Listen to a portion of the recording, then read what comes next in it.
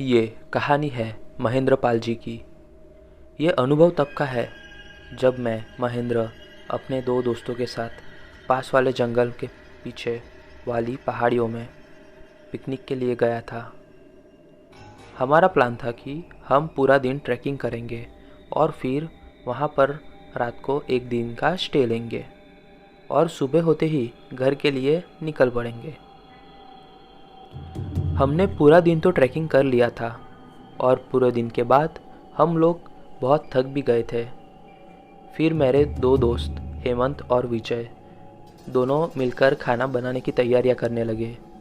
मैं टेंट बांधने की तैयारियां करने लगा और थोड़ी ही देर में मैंने टेंट बांध लिया और हेमंत और विजय दोनों ने खाने की तैयारियां भी कर ली।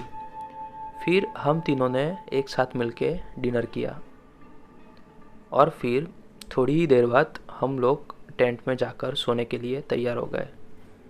हमारे पास एक ही टेंट था और टेंट में वैसे जगह थी, तो हम तीनों एक ही टेंट में सोने वाले थे और फिर हम तीनों एक साथ सो भी गए। फिर तकरीबन रात के 2 से 2:30 बजे के बीच में अचानक से हमें अजीब सा महसूस होने लगा। कुछ विचित्र आवाज़ आने लगी और ऐसा लगने लगा जैसे हमारा टेंट को बाहर से कोई खींचकर हिला रहा हो। हम तीनों को एक साथ एक ही वक्त आँख खुली थी और हम तीनों एक दूसरे को देख के बोलने लगे कि हमें कुछ अजीब सा महसूस हो रहा है। फिर हम लोग ने सोचा कि शायद पता नहीं पहाड़ है, शायद कुछ ये कार्बन डाइऑक्साइड का या कुछ ऐसा मतलब इशू वगैरह होगा।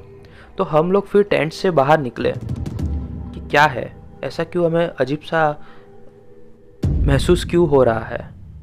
और फिर जैसे ही हम लोग टेंट से बाहर निकले, हमें देखना था कि अचानक ऊपर इतनी घुटन सी महसूस क्यों होने लगी है।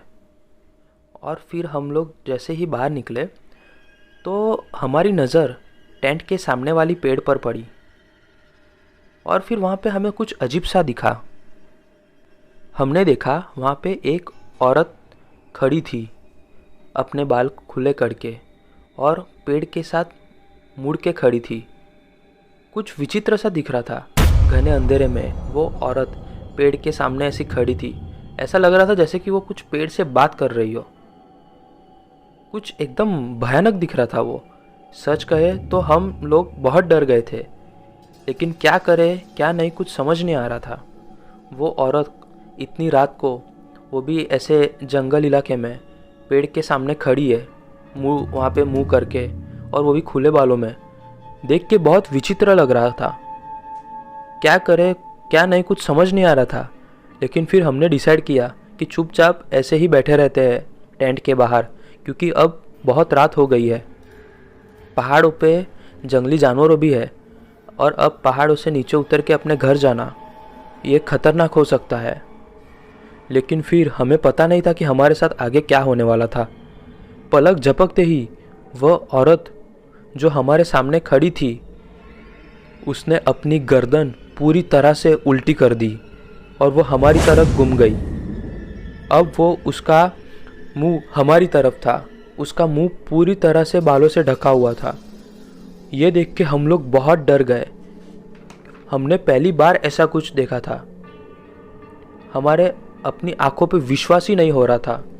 आप समझ सकते हो, एक औरत का शरीर पेड़ की तरफ और उसकी गर्दन पूरी तरह से उल्टी हमारी तरफ। ये क्या था हमें नहीं मालूम, लेकिन हमने ये जो देखा था वो बहुत भयानक था। हम तीनों को वही पसीना छूट गया था। क्या करे क्या नहीं कुछ पता नहीं चल रहा था। और फिर थोड़ी ही देर में वो बहुत ज़ोर से चिल्लाई, मुझे मुक्ति चाहिए, मुझे मुक्ति चाहिए, मुझे मुक्ति दो, मुझे मुक्ति चाहिए। उसका यह भयानक आवाज़ सुन के हम तीनों के होश उड़ गए। वो आवाज़ इतना भयानक था कि आज भी हमारे कानों में गूंजता है। हम तीनों के मुंह से एक शब्द नहीं निकल रहा था। हम तीनों बहुत डर गए और फिर मैं ज़ोर से चिल्लाया, भागो यहाँ से भागो। और हम तीनों तभी उसी वक्त पहाड़ से नीचे उतरने के लिए भागने लगे।